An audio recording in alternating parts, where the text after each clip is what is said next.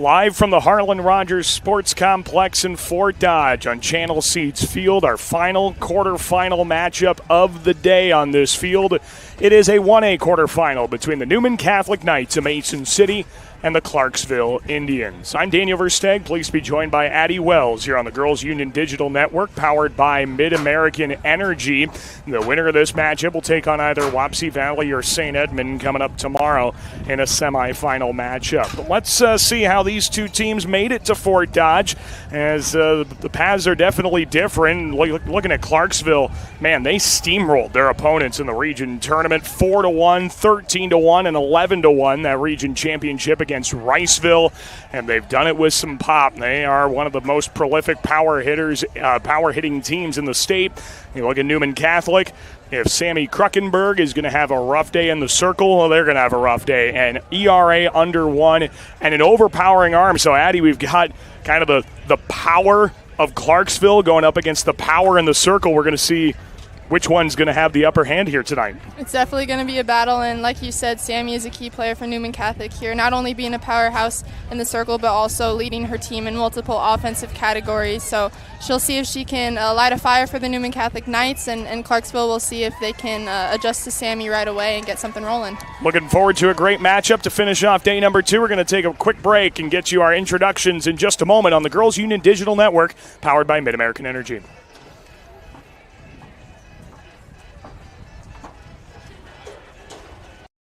Here in Greater Des Moines, we're the unexpected sports mecca that feels like home. We are the big ballers, the little kickers, the underdogs, and the bulldogs. We've got events wacky and wild, big and small, we host them all. That old sports cliche, nobody believes in us? Nah, when you come here, you'll believe. Because in Des Moines, only the S's are silent. Let's go!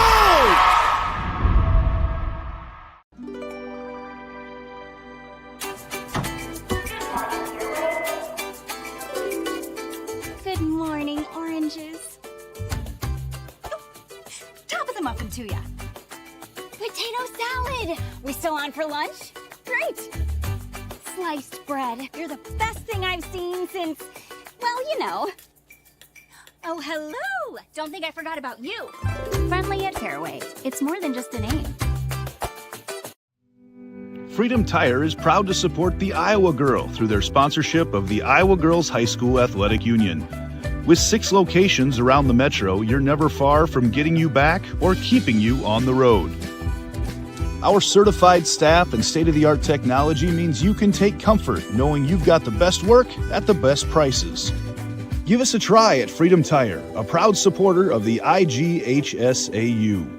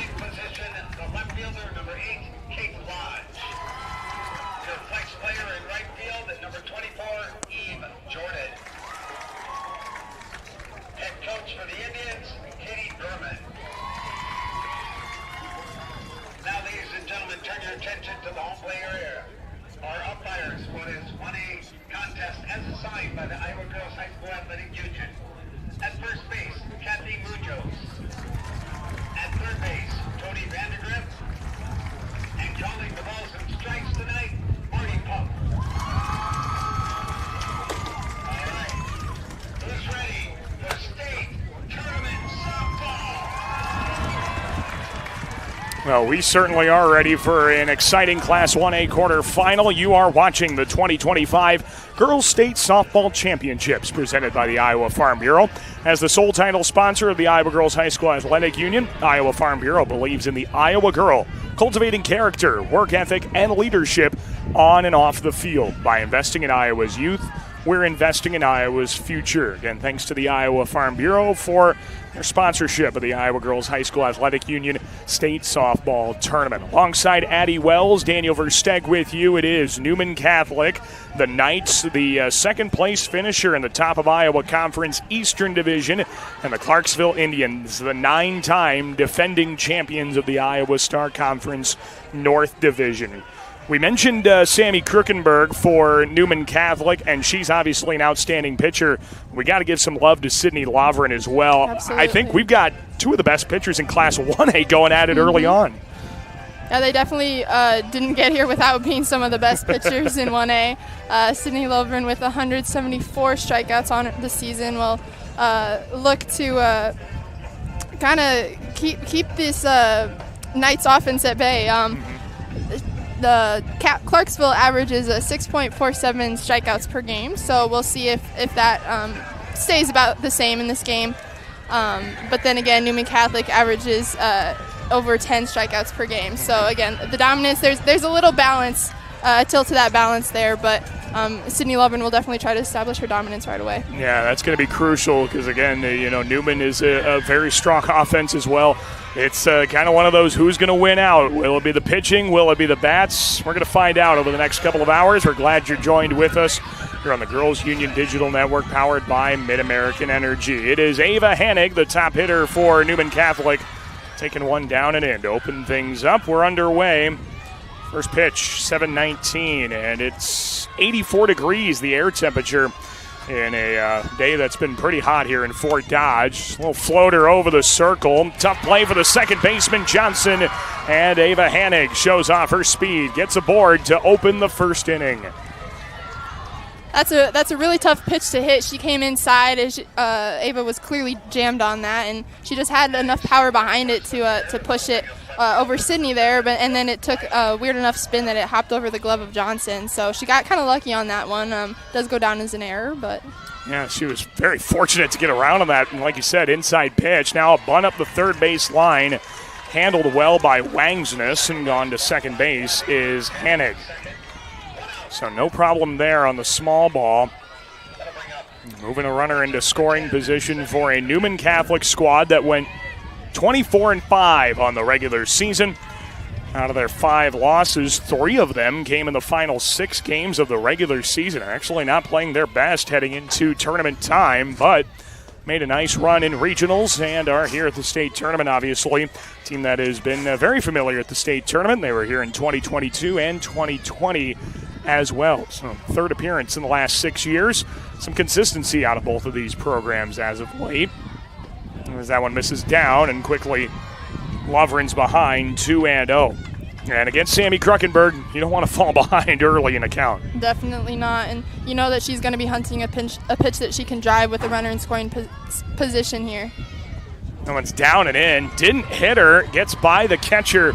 And on to third goes Hennig. So Newman Catholic already building a little bit of momentum here. And we'll see what Krukenberg is dealt with here with a 3-0 count. Looks over to Jim Krukenberg, the head coach of Newman Catholic. The top of Iowa Conference softball coach of the year in his first year last year. As Lovren dials in a strike on the outside corner. I love how the Knights went right to using small ball. You know you've got power in your lineup, but giving credit to the power that bunt can have and moving runners, and now she's 60 feet away from scoring. Oh, a pop-up on the infield. Diving effort by the catcher. That is a fair ball, but no chance to advance from third for Hennig. She reads it well. And a little pop-up. Krukenberg gets on. That goes as a hit. So they're on the corners with one out. I think it also shows, too, Addie, the small ball. You respect the pitcher realizing, hey, one run might be enough in this one. We got to do whatever we can to get it on the scoreboard. Definitely. You've seen it all in the state tournament so far. One-run games where it comes down to the wire, or blowout games. It really depends. So you've got to be prepared for everything. You've got to play your best ball here. 1-0 pitch. This one's skied left center, and that'll be plenty deep enough to score a run. Campman flags it down, and in to score is Hanig, and Newman Catholic strikes first. It's a 1-0 advantage for the Knights. You couldn't have asked for anything better from Jasperson there. She hit that ball hard and square, and unfortunately the center fielder was able to track it down, but it still scored a run, and now the Knights are on top. And RBI looks good there for Jasperson, 25th of the season. Now here's Leah Brown, the catcher, taking a ball to open her at bat. And needs to tie her shoes. That's kind of important. Pretty important. I've had my fair share of trips and face plants on the field, so avoid that when you can. And see, for me, when I trip and fall, I can't blame my shoelaces. It's just my sheer athleticism or lack thereof. So at least there's the excuse there for Brown. Nice swing and miss and a riser. And the count is even to Brown. Yeah, that had some nice spin on it. Kind of rose, kind of was off speed as well, not as fast as her fastball that she's been dealing here. So a really nice pitch from Lovren there. Want to keep your hitters off balance as much as possible. It's the 1-1. There's another riser, and it is underneath and missed by Brown. She falls behind at 1-2. Again, Newman Catholic and Clarksville, they're playing for the first time in about 8 years. They met up in the regular season in 2017. No postseason matchups between these two. There's a line shot to right. It's down. Base hit. That bounces by the right fielder. This is trouble. Kruckenberg's around third, and she's in to score. And Newman Catholic strikes for 2 in the top of the first and take the early edge. It's a great job from Kruckenberg to be on her horse and be getting around those bases, knowing that you have 2 outs already, so she was able to score, and that's a tough break for Jordan out there in right field. Yeah, it took kind of a weird hop by her, and that allowed, like you said, Kruckenberg, great heads-up base running. She never stopped. 2 outs, you might as well just keep going until someone tells you to stop. We're also going to get a courtesy runner here for Newman Catholic. Devin Heeman is in. And Devin Heeman is our first IMT insurance substitution. Learn how you can be worry-free with IMTINS.com. They are going to put that down as a double for Brown. No error on the play. And now Tess Weiner swinging and missing at the first pitch, trying to keep this little rally going. It's been some good momentum early for Newman Catholic, scoring early and often, and we talked about the power that Clarksville has. You want to get on the board as much as you can early on, and Weiner falls behind 0-2. I did like that cut from her, especially after Lovren has been working up in the zone in these past couple batters. It seems like the Knights are taking note of that and working on getting their barrel up in the zone as well. 0-2 is popped up, and foul once again. But you can tell what that rising action is doing. A lot of pop-ups. It's really tough to square that pitch up.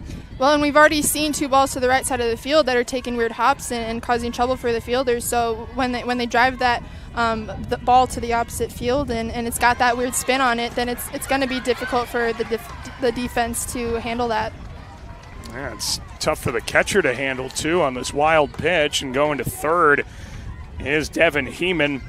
So another runner, a chance to score for Newman Catholic. It's, again, a really strong first inning for the Knights. That one's fouled right back our way.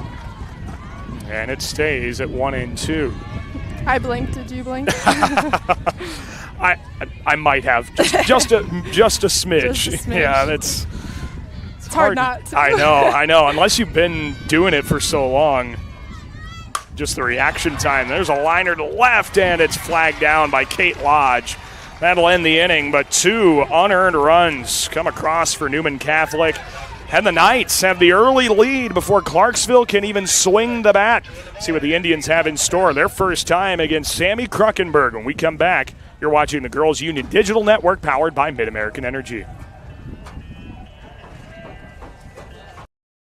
At Mid-American Energy, we're one company serving 1.6 million people who all need energy that's available 24/7. That's why we work 24/7. That's why we make investments in our systems that make us more resilient to extreme weather. That's why we generate power from all available resources to cover the variables in supply and demand. And that's why when the power is knocked out, we work around the clock to restore power to you. Mid-American Energy, obsessively, relentlessly at your service.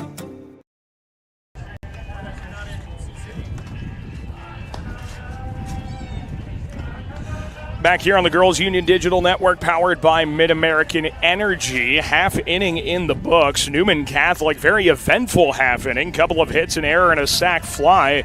And they are on the board with a 2-0 advantage as Clarksville gets ready to see Sammy Kruckenberg, who statistically is one of the best pitchers in the state of Iowa. Second in the entire state, all 5 classes in strikeouts. She struck out 281 batters in 155 innings of work. That's what I think you could call statistically significant. Oh, definitely. Yes. Dominant pitcher.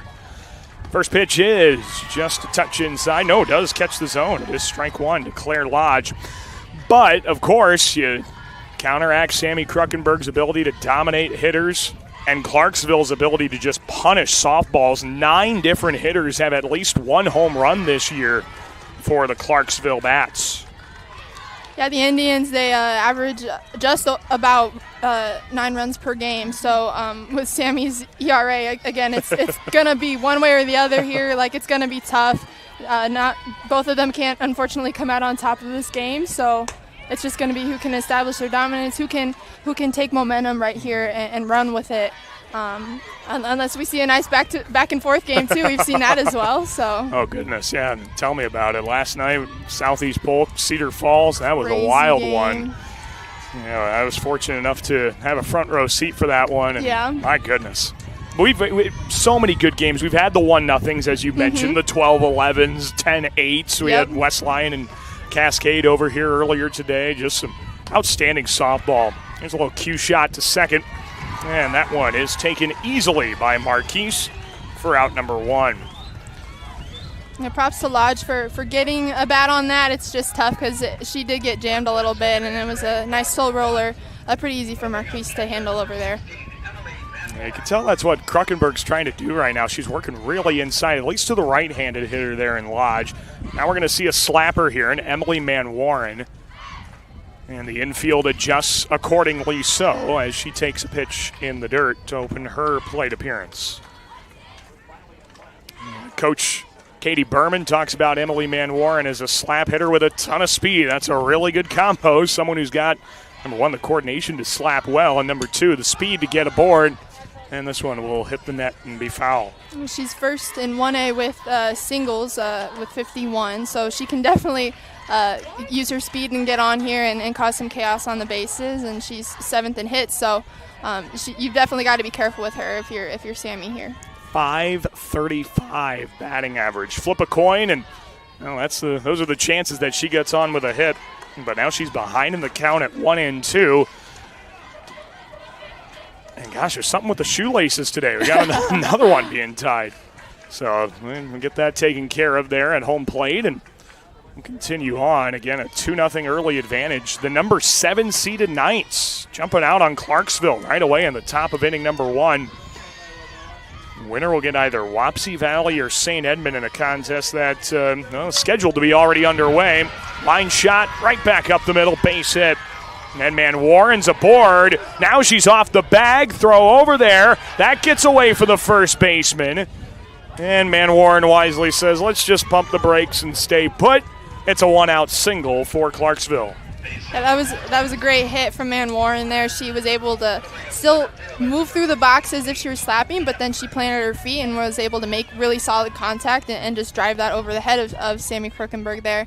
But then again, if you're the Knights, you've got to stay calm, collected, take care of the ball. You can't do anything if you don't have the ball, so they got to make sure they play their game and stay within themselves. Bunt popped up foul. Campman trying to squeeze a runner around, and what a hitter and what a player Paige Campman has been. 5'10" batting average, 55 RBIs. That's second in Class 1A, and a really impressive season for her from a power standpoint. And just goes to show you how good of a teammate she was, trying to square up to bunt as we've got a stolen base. Emily Mann-Warren swipes second and gets into scoring position, trying to set up Campman with an opportunity to drive her in. And that was her 24th stolen base of the season, so you know that she's going to run. If you're the Knights, you've got to expect that. But then that was a nice throw from Leah Brown back there. It's just you cannot beat the speed of Mann-Warren. This one's roped right center and deep. That's up against the wall. And now it's Mann-Warren speeding around third. She's in to score. Clarksville has an answer. It's an RBI double off the bat of Paige Campman, and the Indians are on the scoreboard. And that double is also a Channel Seeds extra base hit. The first of its contest, extra base hits into today's game. Brought to you by Channel Seeds. The enhanced Channel Seed brand is here to help farmers like you up your game and rise to the challenge. Learn more at channel.com/rise. There's another great piece of hitting from Clarksville there. She was able to barrel that up and drive that opposite field. And that was a great read from Mann-Warren as well. You know, sometimes on those deep ones you hesitate a little bit, wondering if the fielder's going to catch that. But she was able to see that Brown couldn't track it down right away, and she was able to score on that. Wangsness trying to keep it going out of this cleanup spot for Clarksville. Chance to keep the inning alive and like you said, try and answer early. You got a chance to tie the game already here in inning number 1 and avoid the dreaded play from behind the next couple of innings, but keeps fouling off these pitches and unable to put one in play yet. Wangsness is a junior, and she has been a very powerful bat as well. 677 slugger with 18 extra base hits. Coach Berman talked about she's got the strongest left side of the infield in Clarksville history. This one's back to the net as well. And on to third base goes Paige Campman. Well, 60 feet separates Clarksville from a tie game here on the bottom of the first. Yeah, we've seen some wild pitches from both pitchers here, so with the bats already on fire for both offenses, I think it's going to be the defense that needs to step up, and whoever can back up their pitcher the best might end up on top here. 1-2, bounce toward the right side, and an easy two-hopper for the second baseman, Maisie Marquise, on to first, but it gets the job done, and Paige Campman scores on that ground out. We are tied here in the first inning.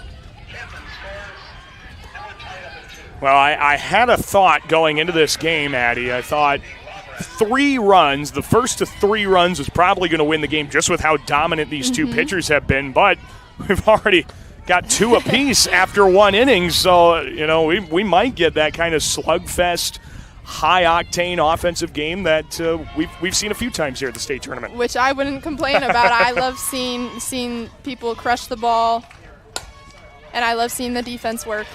Now, the second baseman's working well. Now a throw is wide, and Lovren will help herself out reaching. Both outs prior to that ground ball have been recorded by Marquise at second base, but an error on the throw allows Lovren to reach, keep the inning going. And I think we're going to have another IMT insurance substitution, and we are. Capri Clark is in to run at first base for Clarksville. That is an IMT insurance substitution. Again, learn how you can be worry-free with IMT at imtins.com. Utilizing the speed however you need to, and Clarksville's done a good job of that, whether it's been their top of the order that's got speed or courtesy runner, and the comebacker is squeezed by Kruckenberg. The inning comes to an end, but we are knotted up right away at 2 after 1. We're heading to the top of the second. Hope you'll join us. Coming up next on the Girls Union Digital Network, powered by Mid-American Energy. Different people have different needs, so Delta Dental of Iowa has affordable dental and vision coverage that meets you where you are. Small business on a budget? We have options with no employer costs. Traditional Medicare plans don't cover dental, but we do. And if you can't get benefits at work, you can buy direct from us. Plus, we give back to local communities, so you help make an impact. Choose Delta Dental for your smile, for your health, for your community.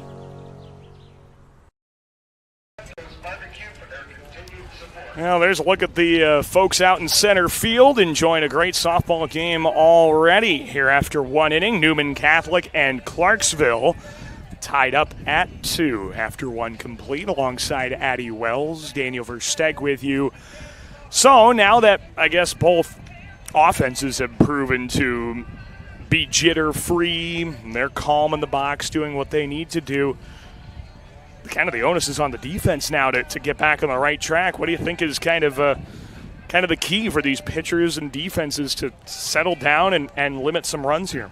Yeah, I definitely think neither defenses are used to seeing a lot of base runners, seeing a lot of hits off of their pitchers. So they really got to settle in and remember that they have their bats have the power. So even if they get scored on, they can come back and do that. So they've really got to stay present, be where their feet are, have their back, focus on Sydney Lovren in the circle, and really just give her all the energy you can. So yeah, the defenses just need to stick to the fundamentals and make those plays when they can. Brown skies that one toward the net and starts off inning number 2, tied up at 2. As Newman Catholic's 2 runs technically go down as unearned after that leadoff base runner Ava Hanig reaches on an error. Followed up by a couple of hits, but they are still unearned runs at that point. Meanwhile, Clarksville gets both of their runs credited as earned runs in the first inning of play. So here's Taylor Brown, right fielder, and she takes a strike, flips that outside corner, and Lovren gets ahead at 1-2. A big chance to continue things here for Newman Catholic. Shot down the right field line out of a cannon, and it's a fair ball. Base knocked down the line, and Taylor Brown keeps things moving for Newman Catholic as the Knights have a leadoff base runner in inning number 2. That was an impressive barrel from Brown there. That pitch was very high in the zone. It was probably one of Lovren's best pitches, and she was able to get that bat in that plane and barrel it up and keep it fair too. That's something that's tough to do on that oppo field. Maisie Marquis will hit next, and she hits one foul down the right field line. Marquis has been busy at second base and now is able to make some plays potentially with the bat. As she has struggled a bit at the plate this season, just a 169 average, but chance to change her fortune here. She fouls this one off, trying to bunt it, and falls behind 0-2. But that's the thing. We see hitters come in with maybe less than ideal stats here at the state tournament, but it seems like there's always one batter hitting 150 on the season, comes in, has a big knock, and totally changes the complexion of a team's season potentially. Yes, there's always a strategy to it, whether you notice it or not. Bobble, the flip to second, and the throw to first, not in time. Going to get the lead runner. Marquis reaches, and it'll be the bottom of the order. Kinsey Anderegg to hit next. Yeah, even if they don't have the biggest batting average, we saw her go for the bunt one of those times. Again, putting a runner in scoring position could be the difference. Yep. So there's always some strategy to it, just getting some speed on. Just if your current lineup is struggling against the pitch you're facing, maybe a new body will be able to adjust and help out the rest of your lineup. So there's always benefits to that. Anderegg trying to flip the lineup over and keep things moving for Hanig, who's waiting in the on-deck circle. As Lovren misses off the plate, count is even. So again, we mentioned how kind of the disparity between these two teams when it comes to their regional tournament. Clarksville run-ruled 2 teams in 4 innings in the final rounds of the regional tournament. Meanwhile, it took Newman Catholic 7 runs in 3 games to win their regional tournament. They outscored their opponents 7-2 in their 3 postseason matchups. That road to state can look very different for so different teams different. and the different classes. It's pretty significant, the difference that there is. Well, and then, we get here, and Newman Catholic scores 2 right away in the first inning. 2 runs were enough in 2 of their games. As this one's popped up, it is just incredible how matchups and field conditions and different locations, all that kind of stuff can make one team look totally different game in and game out. Absolutely, and the only real way to combat that is just to focus on your team and focus on the small things, the fundamentals, and just showing up and playing as best as you can. Fly ball, shallow right. Long run, and the center fielder, Campman, tracks it down. Takes a 1 away there from Anderegg, right on that Girls Union logo in center. Nice touch here at the Harlan Rogers Sports Complex. And on the top of the orders back up, it's Ava Hennig, who reached on an error to open this game up in the first. She was able to score a run as well for Newman Catholic in that inning, and she takes off the plate. Reached 100 career hits earlier this season. Pretty impressive mark for anybody. And the senior has had a great year. She'll be continuing her talents.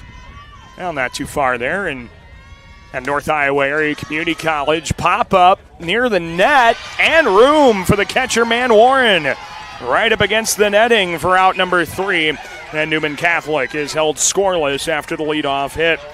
We'll go to the bottom of the second inning. We remain tied. See if Clarksville can take their first lead when we come back on the Girls Union Digital Network, powered by Mid-American Energy.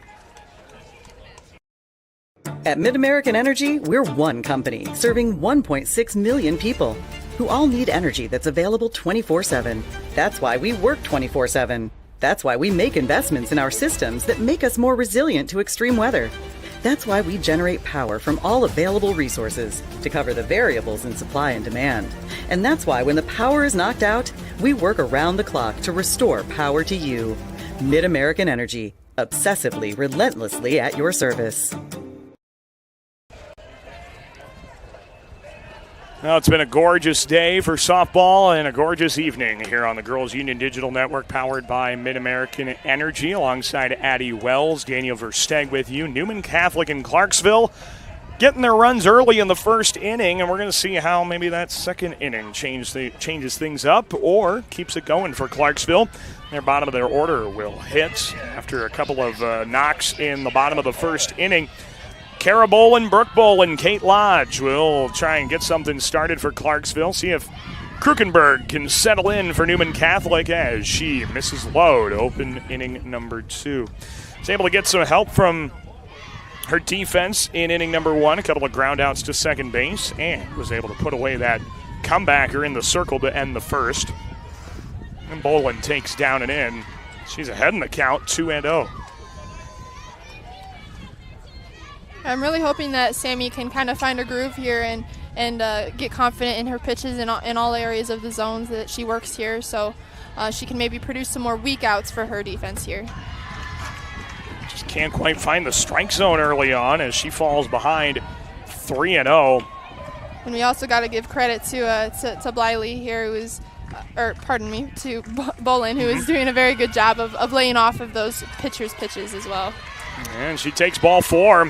Kind of a rarity there for Sammy Krukenberg. Doesn't walk very many, just 21 in 155 innings, but she puts Kara Bolin on and a leadoff base runner again in this inning. Newman Catholic started their top of the inning with a leadoff runner, and now Clarksville gets the leadoff base runner to reach in the bottom half. Here's Brooke Bolin, and that one's out of play. And a souvenir for somebody that's hopefully paying attention behind the bleachers. I always say you got to keep your head on a swivel walking around the concourse here in Fort Dodge. Especially when there's multiple fields at these complexes. It's just everywhere all the time. Yep, they're coming at you from all angles at that point. Quickly 0-2. Brooke Bolin, just an 8th grader. And her and Kara have been really good additions to Newman Catholic's order, or to Clarksville's order, I beg your pardon, this season. 0-2. That's a pop-up. And a can of corn for Roz Jasperson, who records out number 1 on the left side of the diamond. It'll be Kate Lodge, bottom of the order, to continue things for the Indians. See if that bottom of the order can flip things over again. We know how good Clarksville's top third is, especially the number 2 and 3 hitters, Man Warren and Campman, who were able to produce the 2 runs for Clarksville. Again, an Indian team that has shown so much power this season. This is bunted just foul and starts things off 0-1. 30 home runs on the season for Clarksville, and that is a new school record as a team. And again, 9 different players have at least recorded 1 home run in this season for Clarksville. So it's not just one player hitting a ton of them. It is all the way up and down the order, producing in a big way in a really good season for Clarksville. Clarksville is definitely a threat. Not somebody you want to face this early in the tournament, but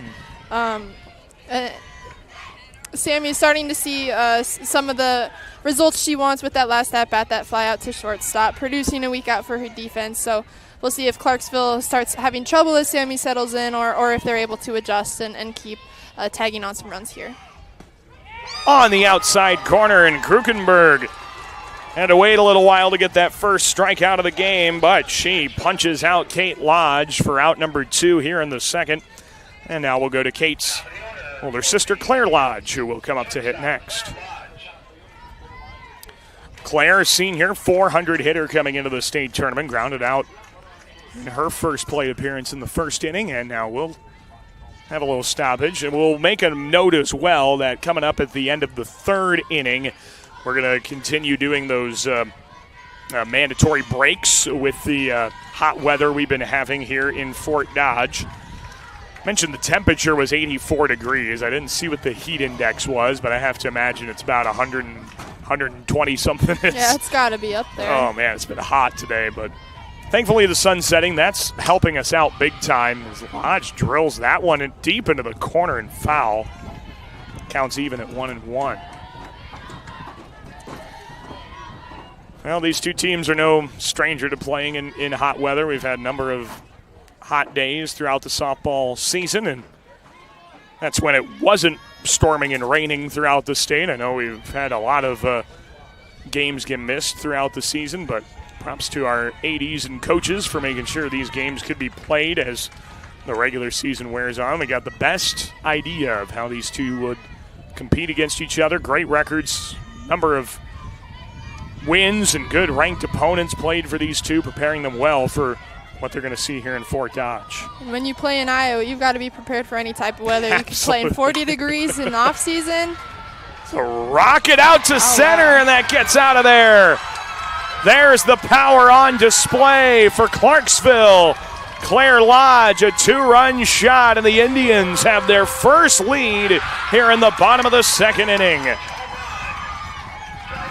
It is a Channel Seeds extra base hit and the 9th home run of the year for Claire Lodge as this Clarksville squad, setting records with home runs all season, adds to the record-setting season here at the state tournament. That was dead center. That was a beautiful swing, a beautiful ball. And if you're Sammy, you're probably really frustrated that you're not seeing much success against this offense. But if you're Clarksville, you're taking that hit and you're using it as momentum, and hopefully they'll continue to run with it. First lead for Clarksville in this game. And, yeah, now you got Man Warren and Campman ready to hit as well. And Krukenberg's got to shake it off and get back to work. And there is just off the plate to start Man Warren's plate appearance off. Yeah, I was saying earlier, when you play softball in Iowa, you play in all different types of weathers, especially in travel ball. My little sister actually played with Claire Lodge and Emily Man Warren here this past season, so they're definitely used to adjusting to Mother Nature here, and just we'll do anything to get more reps and play more games.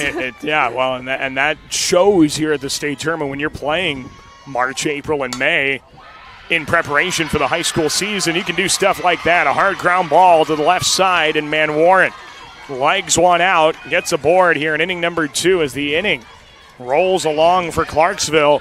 That'll set up Paige Campman with a chance to keep it going for the Indians.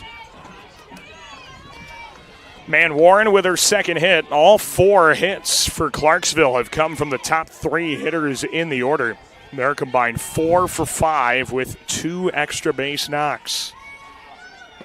As Campman takes one at the knees. Can't really ask for anything more from the top of your lineup. That's what they're there to do, and Clarksville is definitely showing up and producing today. Props to whatever scouting report Clarksville put together. They knew exactly what they were going to see from Krukenberg early on, and they haven't wasted a moment in getting on the board and barreling it up. Really solid swings, as you've talked about, making really good contact, barreling up pitches, and that allows you to just hit gap to gap everywhere, and even over the fence too. Yeah, and especially for this being the first time that these two programs have faced off against each other, like their ability to adjust to Sammy right away has been impressive, but Sammy gets the punch out there again. Yeah, 3-pitch strikeout of Campman gets her out of the inning, but not before Clarksville has done its damage. 2 runs in the bottom of the inning, all off the bat of Claire Lodge. See if these Knights can respond. Top of the third coming up next on the Girls Union Digital Network, powered by Mid-American Energy. Hello, I'm Brent Johnson, an Iowa farmer from Calhoun County and president of the Iowa Farm Bureau. As proud title sponsor of the state softball tournament, the Iowa Farm Bureau is dedicated to creating a vibrant future for Iowa through partnerships and programs that help cultivate individuals with great character, a strong work ethic, and exceptional leadership skills. Making it to the state tournament is a great accomplishment that takes a lot of support. That's why we provide millions of dollars in awards, grants, and scholarships that recognize athletic and academic excellence. The well-being of Iowa students is also very important to Farm Bureau. That's why we provide concussion insurance coverage at no cost for all students in grades 9 through 12 who participate in a sanctioned sport. As just one of only 7 states to provide this coverage, it's just another way we're striving to support Iowa's outstanding young leaders. So, from the Iowa Farm Bureau, congratulations to all the players and coaches on an outstanding season, and good luck in the tournament. The Iowa Girl on display here at the Girls State Softball Tournament, presented by the Iowa Farm Bureau. You're watching live coverage on the Girls Union Digital Network, powered by Mid-American Energy. We return to action here in the top of the third inning with Brooke Blyle swinging and missing for a strike to open things up in the third inning. It is Newman Catholic now finding themselves behind the 8 ball against Lovren, who really settled in nicely in the circle as she gets ahead of the Newman Catholic left fielder 0-2. Yeah, Bliley put down that sack bunt last time and was able to move a runner in scoring position, which ended up scoring. So now she'll see if she can get herself on base, if not in scoring position. Weak line drive played on the hop, and an easy toss to first for Lovren for out number 1. So 3-pitch ground out, and now that is 4 straight retired by Lovren with the fielder's choice in there. She's settling into a groove nicely. I agree. I think she's definitely become more confident in her pitches, but also her defense has cleaned it up a little bit too here and has been able to handle those balls and get her the outs that she needs. Popped up out of play. And I always like to talk about the game, really picks up once you get to the second time through the order.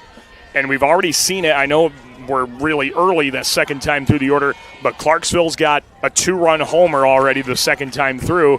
Meanwhile, Newman Catholic, again, just the third hitter second time through, hasn't been able to get on base. So, the adjustments have to be made by both sides, and Lovren, like you said, confident pitch-wise. I mean, not many people get that rise pitch back just above the zone against Krukenberg, but she's throwing it with confidence. I agree. I think Newman Catholic still has some adjustments they need to make, if not a technical thing, maybe a mentality thing as well. Maybe I think they're giving Lovren some of those pitches, and they need to be more hunting for things that they know they can hunt and hit hard. Oh, great catch in left. Kate Lodge tracks it down, and Krukenberg is retired for out number 2. And that'll bring up Roz Jasperson, who drove in the game's first run with a sac fly out to Campman in center. And she'll try and make some solid contact once again, see if she can get one down in the outfield. And allows the inning to continue with 2 outs. And that's a rocket to left base knock.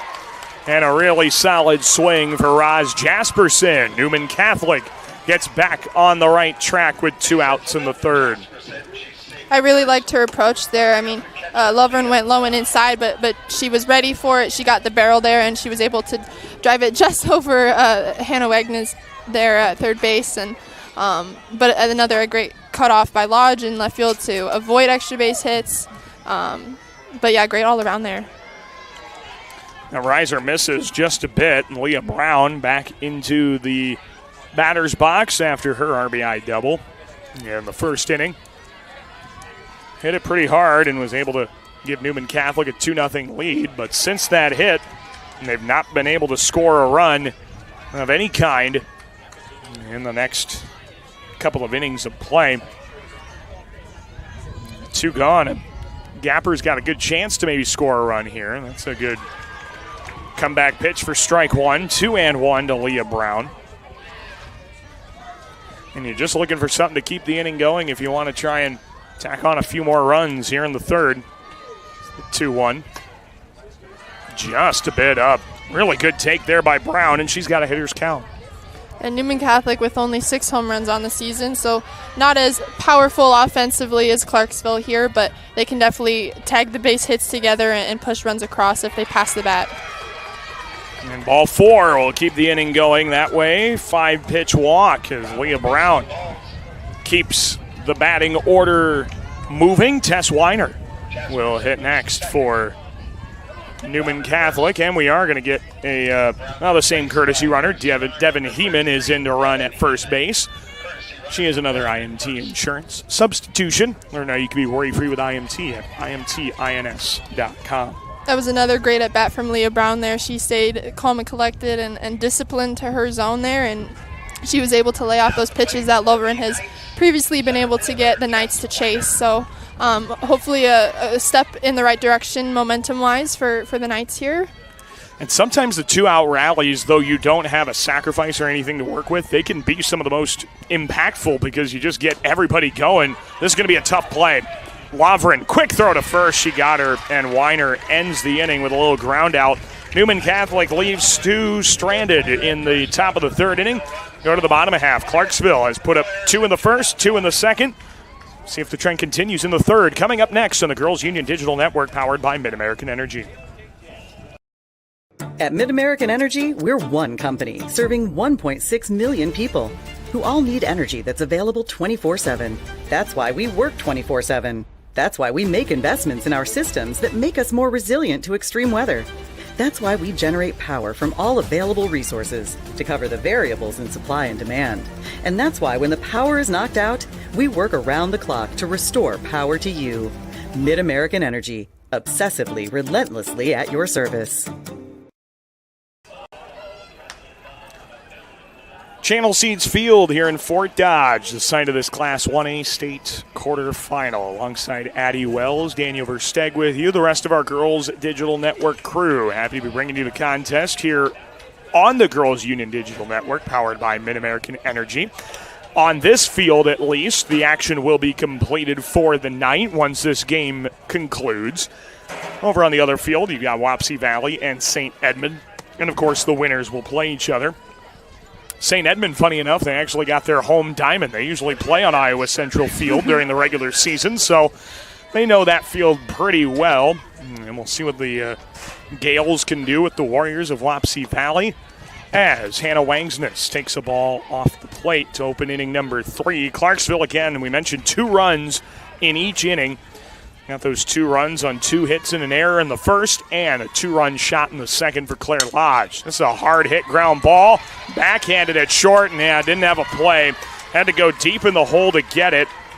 But a wise choice there by Roz Jasperson to say, I'm not going to risk an error. Let's just keep her at first. I agree. I think that was a great decision, especially with how much they've been throwing the ball around recently. That was definitely the right choice to just hold it and handle the ball and trust that you guys can get the next out.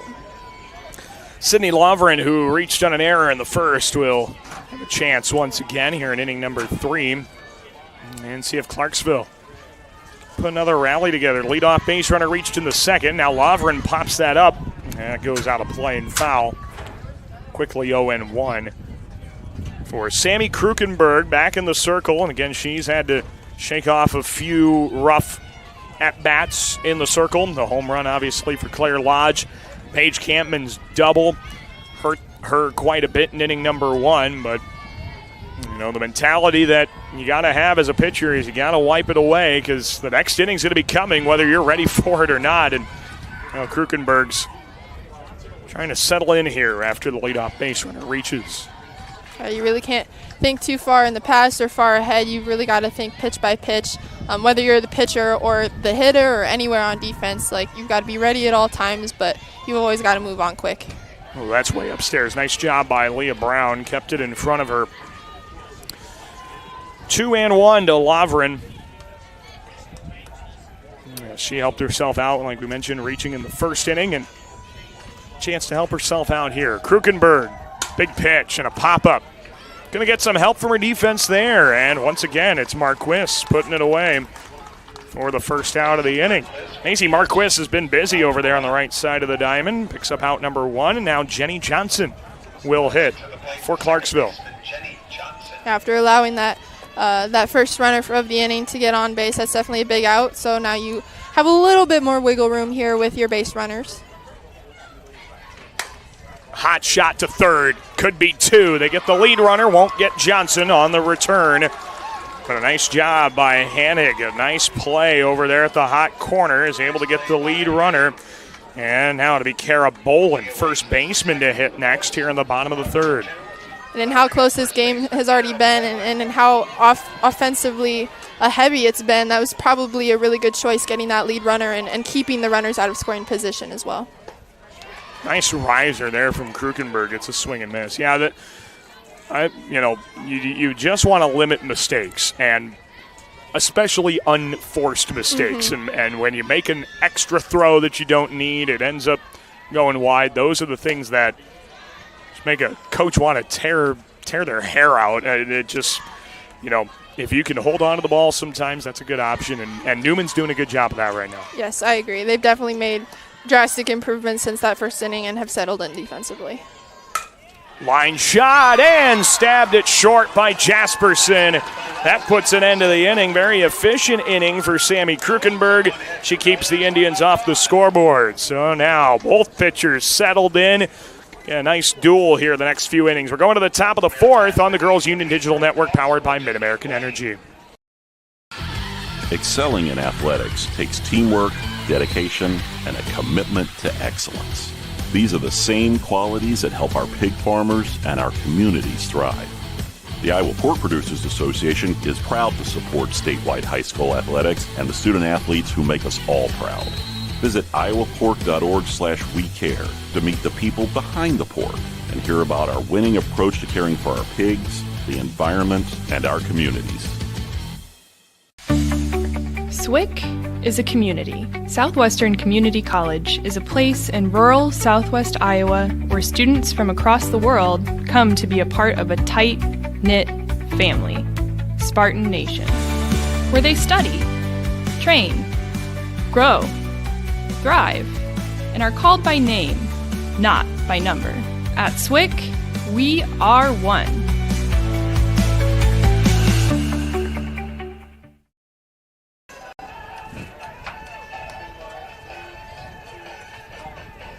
Well, we want to say thanks again to the Iowa Farm Bureau for presenting the 2025 Girls State Softball Championships. As the sole title sponsor, the Iowa Girls High School Athletic Union, Iowa Farm Bureau honors both academic and athletic excellence, helping to nurture the next generation of Iowa's leaders. Thank you, Iowa Farm Bureau, for your sponsorship of the Girls Union here at the state softball tournament. And we're getting things going with a ground shot to short, and it is picked up nicely by Claire Lodge. Taylor Brown is out on the first pitch here in inning number 4.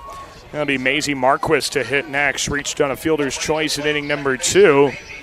And yeah, both pitchers, Sydney Lovren certainly in that category, starting to get much more efficient, putting these hitters down quickly. There's another comebacker, knocked down, and 2 pitches, 2 outs for Lovren. It'll be Andrig to hit next. Yeah, big outs there for Clarksville, but also you got to appreciate that the Newman Catholic offense has started attacking those first pitch strikes, and they've both been a little bit lower in the zone, so you can tell that they're starting to hone in on what they can do damage with, and we'll see if they can start hitting some gaps here or not, but either way, I like their change in approach here. What do you think? I know that the kind of view on this has changed a little bit, but after the first two batters, one pitch each, one out, do you take the first pitch here, or are you still going after it if you're trying to be aggressive?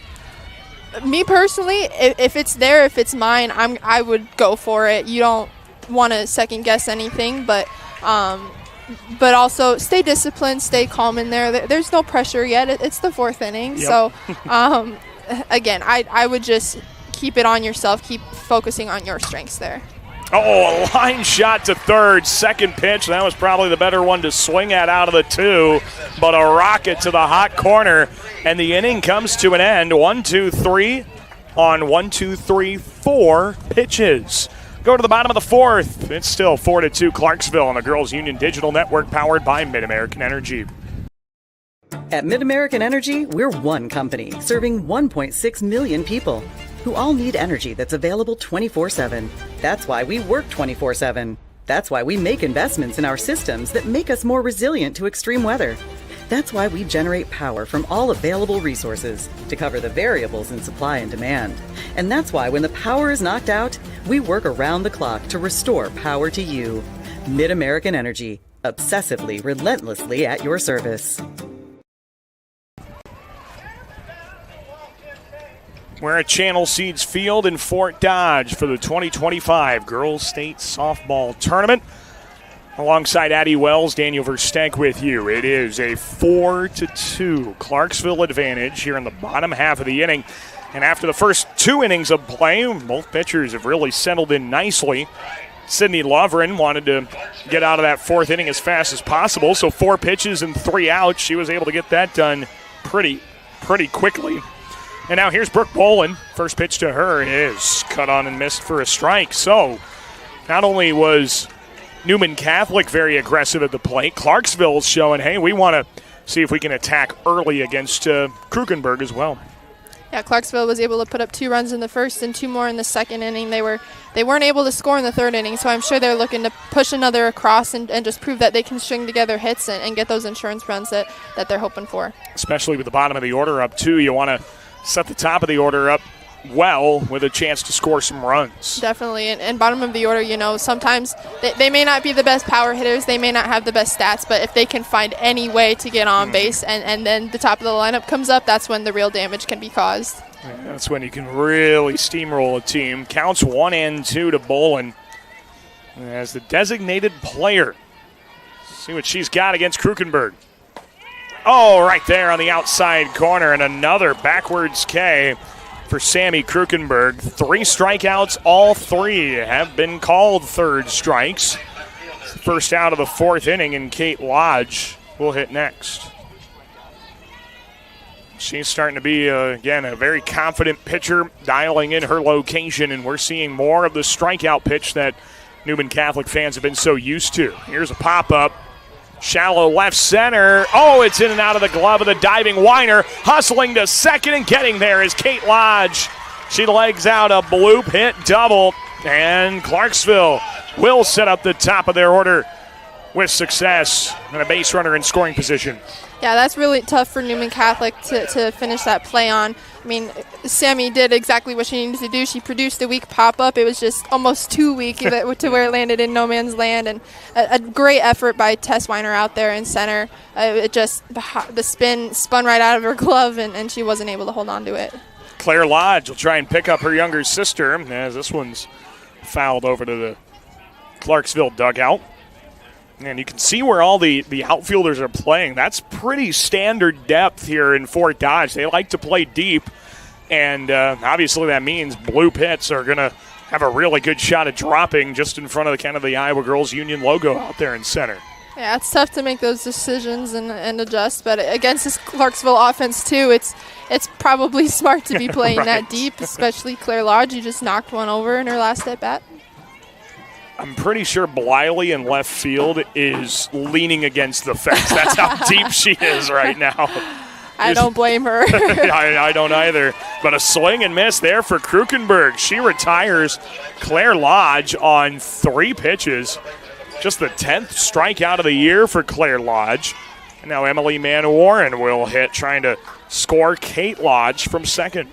Yeah, that's a huge out for Sammy. Now you have a runner in scoring position, but now with 2 outs, you can go attack this batter a little more freely. Taken up and away. Thought she might be bunting, and she was trying to. Pitch misses her bat, 1-0. And now the outfielders have come in at normal depth here with the count 1-0 to Mann-Warren. Pitch, and it's pushed foul. So Mann-Warren, who's already 2 for 2, and we talked about the good contact Clarksville has made. 6 hits, 3 of them have gone for extra bases. And the 3 singles, 2 of them have come from Mann-Warren, who has been very content to just get on base, let someone else pick her up, and she scored a run already in this contest because of that approach. And again, that's exactly what you want from Mann-Warren. That's what you want from the top of your lineup. You don't always have to do too much. You don't have to have the power. You just have to get yourself on base so that those behind you can push you across. Case in point, Paige Campman, her double in the first. Hannah Wangsness picked up a runner as well. There's a grounder up the middle, base hit. And around third, Lodge is held on an absolute strike on a hop from Tess Weiner in center. Would have had Lodge dead to rights. Runners on the corners, 2 away, and here comes the big run-producing threat. Paige Campman up to bat. It was definitely a smart choice by Coach there, holding her up at third. I almost thought she was going to send her. It was a beautiful hit up the middle, but again, she hit that so hard it got to Weiner out there in a hurry. And she made a great throw home as well, just to kind of show off a little bit. You know? Might as well. You're at the state tournament. You gotta. You know, everybody's looking at you. You might as well make a good throw. Oh, they got the runner leaning from third, and Kate gets back in safely. Oh, a bang play over there at third as Mann-Warren was able to get to second base on it. When they nearly had Kate Lodge hung up at third. And that would have been a really killer third out for Clarksville there at third base. Yeah, that would have been tough, but I do think that she had the right idea there. She saw a potential throw going down. You want to be aggressive. You want to score if you can, but a good job seeing that it gets cut off there. And a nice play by the Knights as well. You got to give them credit for organizing that there. Mm-hmm. 1 ball and 1 strike to Campman. And, boy, RBI potential through and through. Second and third, 2 outs, base knock. Got a chance to double your lead. And that is a strike on the inside corner. Campman now at 1-2 here in the 4th inning of play. Both pitchers have found some success in that low inside corner. Sammy getting some called strikes there, and Newman Catholic on the other end has grounded out on a lot of those. Fly ball, that's going to hang up, and it's Bliley putting it away in left for the 3rd out of the inning. 2 hits for Clarksville, but they leave 2 in scoring position. See if the Newman Catholic bats can wake up again. The top of the order will be up for the 3rd time. Coming up in the 5th inning on the Girls Union Digital Network, powered by Mid-American Energy.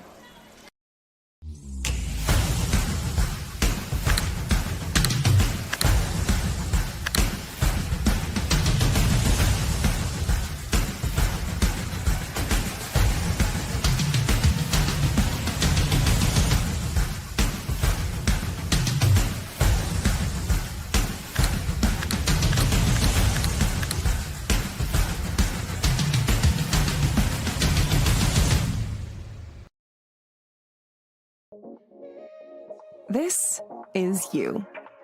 And you are why we do what we do. Each and every one of you are wonderful, amazing people. So we'll treat you that way on your journey of trusted care. Because the way you, and you feel matters. Unity Point Health. Know how much you matter to this world.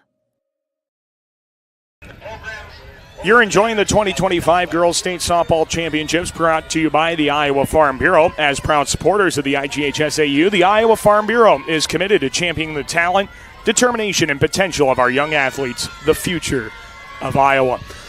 Alongside Addie Wells, Daniel Versteg with you as inning number 5 gets underway. It is Ava Hanning starting things off, taking a ball as Newman Catholic trails it by 2. Some work to do because some more 1, 2, 3 innings. These might be the last swings for these Knights. This is a pop-up to the left side. Claire Lodge has an easy play. 5 straight Knights have been retired in a row, and that's not going to lead to potentially getting this top of the order back up in inning number 7. It seems like they're all kind of attacking that low inside pitch that I mentioned a little bit earlier. Lovren is really leaning into that spot. Good way to get aboard, though. Base hit as they attack the first pitch, and Brooke Lively gets aboard. Newman Catholic is on with 1 out here in the 5th. Yeah, the past 6 attempts, they've either flown out or grounded out off of that low inside pitch, but Lively finally able to make some solid contact and find a hole. We haven't had an at-bat longer than 2 pitches since there were 2 outs in the 3rd with a walk of Leah Brown. And it's all been 1 pitch out, 2 pitch out, or 1 pitch hit at this point. Again, very aggressive. And there's Krukenberg again swinging at the first pitch. Yeah, that's definitely a testament to that shift in mentality they had that I'm really happy to see. And like we said, it's unfortunately hit into some outs, but will not be 2. It's going to be a fielder's choice. And Krukenberg is able to keep the inning going. But again, the aggressive approach, it looks really good when it's working, but it is a struggle when you just keep tapping one out to the infield or popping out. It's really tough to kind of get back on the right track. And again, props to Lovren in the circle who knows that those hitters are attacking that pitch, but she's still throwing it, and she's still able to trust that the spot and the spin will produce a week out for her defense and that her defense will show up for her. 1-0, down and in, and a 2-ball count for a Newman Catholic hitter in something we haven't seen since Leah Brown, who was up with 2 outs in the 3rd. She was walked. It's been very rare to have a long at bat like this. This one does shave the outside corner and a strike. 2-1 to Jasperson. A base hit and a sac fly for her. Does have 1 RBI. And the pitch popped up and foul, and a good battle here put together by Jasperson as Lovren tries to work out of the 5th inning well. She allowed the 2 runs in the 1st inning, but has settled in nicely with just 3 hits and a walk allowed in now 3 2/3 innings. Little pop up left side. It's down. Base hit. Big turn for Krukenberg. She'll stay put. And 2 are aboard with 2 outs as the inning rolls along for Newman Catholic. The go-ahead run is up in Leah Brown, the catcher. I think it's definitely been easier for Lovren to settle there in the circle, knowing that her offense has her back and that she's able to been able to create some damage on her end as well. Looks like we are going to get a substitution of some kind here. And is it a courtesy or a pinch runner? That's going to be a pinch runner here. And that is going to be Sophia Bothwell to run. So not a courtesy for the pitcher, but a pinch runner for Roz Jasperson. And that'll give the Knights a little bit extra speed to maybe score from first on an extra base hit. Not really an opportunity to steal any bases here, of course, with the lead runner, Krukenberg. Here's Brown, and taking in the dirt to open her big at bat here with 2 outs in the inning. This is a good inning, though. It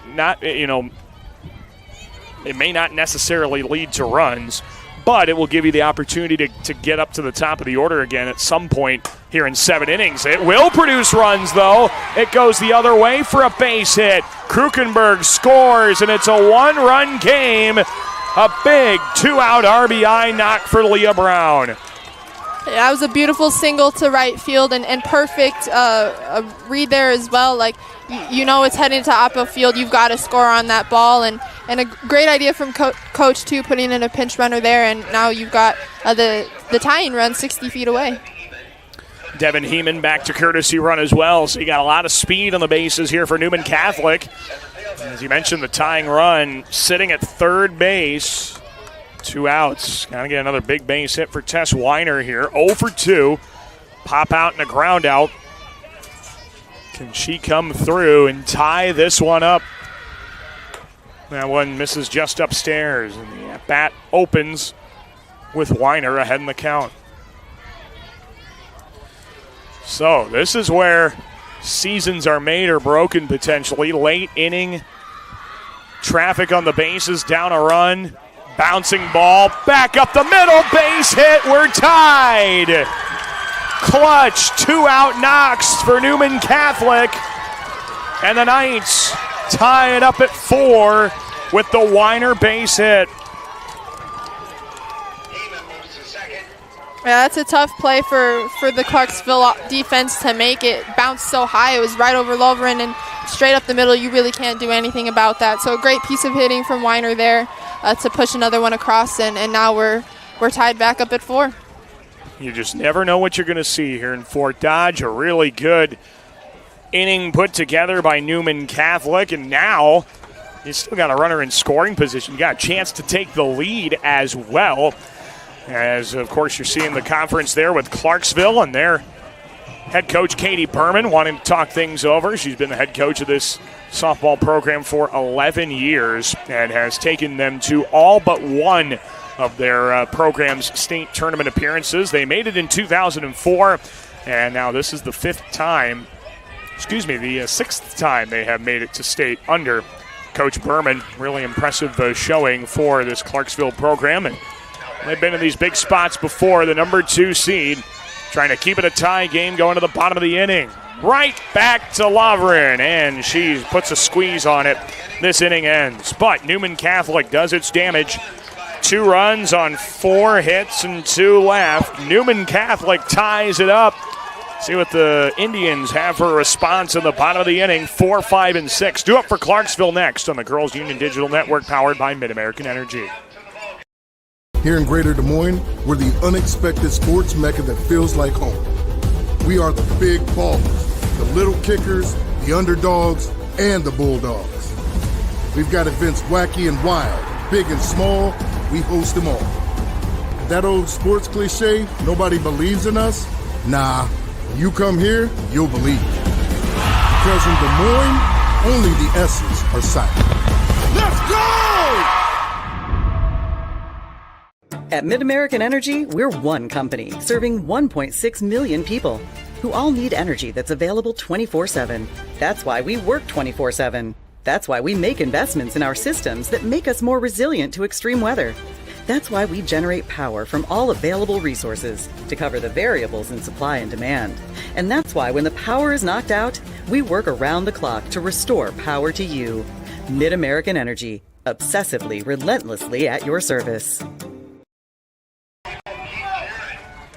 Well, this crowd getting fired up after the 5th inning stretch here in Fort Dodge, and they're treated to a good one so far. We're tied at 4. To welcome you back to our coverage on the Girls Union Digital Network, powered by Mid-American Energy. I'm Daniel Versteg, joined by Addie Wells. It is Hannah Wangsness opening things up with a strike call on the outside corner. 4, 5, and 6 for Clarksville after Newman Catholic's big 2-out run in the top of the 5th inning, a run in which they scored 2 runs on 2 2-out hits. And that's a cut and a miss for Wangsness, and we gave props to Sydney Lovren before things ultimately came crashing down in that 5th inning. Got to give some credit to Sammy Krukenberg. Allowed 4 runs first couple of innings, settled in nicely. She's allowed hits, but her defense has had her back for the most part the last couple of innings. Yeah, definitely. And Clarksville has been putting the pressure on this Knights defense and have been putting runners on these past 2 innings. But Sammy has definitely shown up and been able to produce those outs that her defense needs, and they've been able to come out of those without allowing more runs to score. So Sammy is definitely finding her groove here and has been able to keep the Clarksville offense at bay. I think the biggest thing that I've seen to show that is she's gotten her strikeout pitch going again. She's got 4 of them here in this contest now, and that's what she's relied on all season. It's a fly ball, and it's going to be trouble. Base knock. Little floater over the third baseman, and Hannah Wangsness bloops her way on to open inning number 5. It's a good way to get things started for Clarksville, as Sydney Lovren will try and make up for those 2 runs she allowed in the top of the inning. Yeah, that's the tough play for Hannig to make over there at third base. She took a great angle to the ball. She tucked her glove and ran straight back. It was just hard to make that catch over the shoulder. 0 for 2 on the day for Lovren with an error that she reached on. This one misses upstairs, but they are going to say swing and miss for a strike. 0-1 to Lovren. Now, another big spot here. These at-bats just get bigger and bigger as the game goes along. The lights are on here in Fort Dodge, meaning the innings and the at-bats get that much bigger. Again, the winner will take on either Wapsie Valley or Fort Dodge St. Edmund, a contest that's playing over on the other diamond. 1-1 to Lovren. That rolls to the plate, and a good scoop back there by Leah Brown. Keeps it in front of her. So Sydney Lovren, this will be really big, I think, for her confidence, too. If she can get aboard, might be able to give her the jolt she needs the next couple of innings in the circle. It's a lazy pop-up. That is going to get down as well. 2 bloopers in Clarksville. Get something rolling here in the bottom of the 5th inning with their 4 and 5 hitters. Yeah, Marquise there at second, not able to get a great read on that and get behind it, is kind of drifting back, but not deep enough that Weiner Brown can come in and make that play. So, but that was also a pitch very high in the zone, so props to Lovren for being able to get her barrel there and hitting it just well enough that it was able to drop in there for a base hit. Another substitution. Capri Clark is in at first base for Clarksville. It is an IMT insurance substitution. I don't know, you can be worry-free with IMT at imtins.com. So Jenny Johnson will step up to bat for Clarksville, and we can tell that the bunt might be on. Corner infielder's in, as you see there, but now this one's popped out to center, and that gets down as well. But they throw to third, and the lead runner's out. What a toss by Tess Weiner, and they get the lead runner for the first out of the inning. A great throw from Weiner in center field. That was on the money. A great tag from Hannig. She stayed calm near the base and was able to apply that tag firmly and confidently. That's just a tough read for Wagness there. Was not able to see that it was going to drop in, and unfortunately Weiner saw right away that third base was going to be an option for her. Just your very standard 8-5 fielder's choice to get the lead runner and record the first out here in inning number 5. Kara Bolin up to bat next, and trying to see if she can keep things going. Evens the count with a strike called on the inner half. Well, we've had a lot of bloop singles. That one looked like one, but again, the read was so tough with Weiner charging in. A lot of green grass still in that outfield. Upstairs on a 1-1 pitch. It's also probably hard as a defense when you have such dominant pitchers that produce these weak outs. When you go against these dominant offenses as well, sometimes you get those wonky like barrels, but then they've got the spin on them. So Sammy's pitches are probably also causing a bit of trouble for her defense. 2-2 to Bolin. And now we got to find out if the bottom third of the order can pick Clarksville up. And again, the pressure's been on for the Clarksville bats. They've put base runners on the last couple of innings, but they have not been able to produce and score runs to add to their lead at the time. But there's a strikeout. Krukenberg a massive second out of the inning, her 5th punch out of the contest in the circle. And now to be Brooke Bolin, the designated player, trying to see if this rally to start the inning is able to be, well, produced on. Mm-hmm. That punch out came at a crucial time. You've got 2 runners here and the ability for them to take another lead, but with 2 outs now, you've got a little bit more breathing room here as a defense. Bolin's foul ball starts things off with Krukenberg ahead in the count. And I think we saw a couple of softballs are still stuck on that dugout over there. Going to have to get those tracked down at some point in between innings. I wonder who gets to climb on top. Yeah, I don't know. I don't. I'd volunteer. Yeah, that'd be kind of fun, right? That'd be a good vantage point. There's a trouble pop-up again. Oh, and the shortstop Jasperson hung on. Now that nearly popped out of the heel of her glove. And what a job by Sammy Krukenberg. She keeps Clarksville off the board after 2 leadoff hits. See if Newman Catholic can take the lead back in the 6th. We'll have the 8, 9, and 1 hitters coming up next on the Girls Union Digital Network, powered by Mid-American Energy.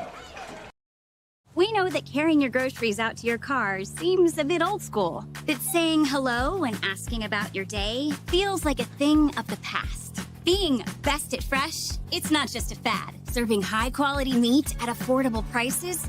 Talk about a throwback. But at Fairway, that's kind of our thing. Because some things never go out of style. Friendly at Fairway. It's more than just a name.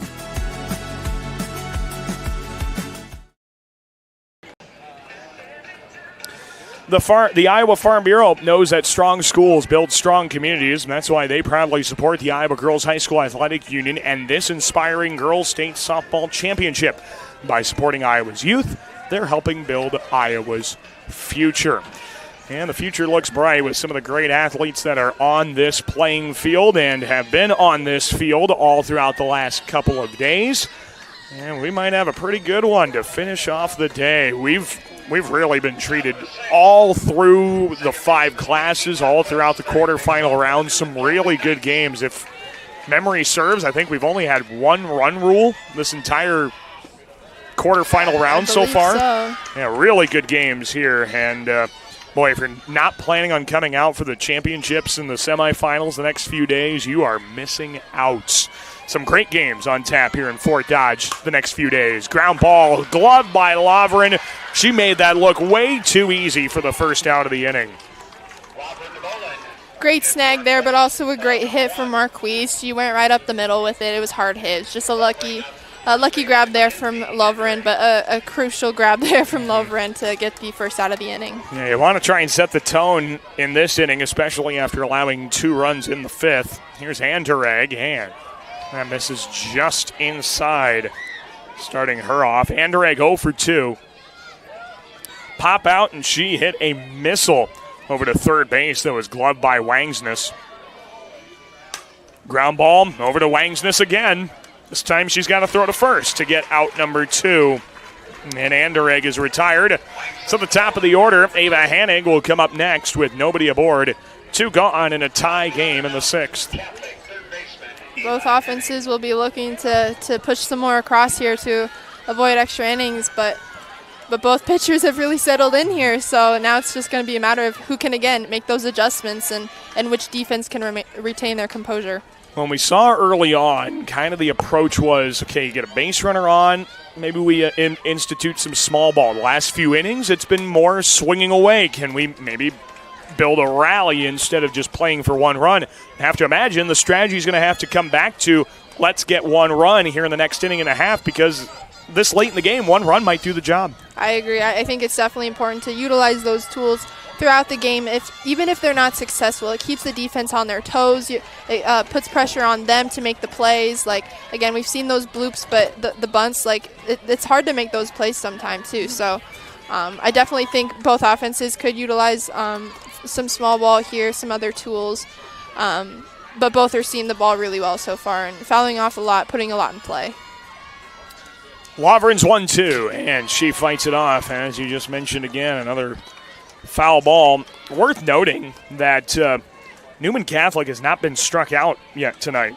They've not been really getting into too many two-strike counts and put themselves in position to put the ball in play. That's a line drive out to center, and it is flagged down by Campman.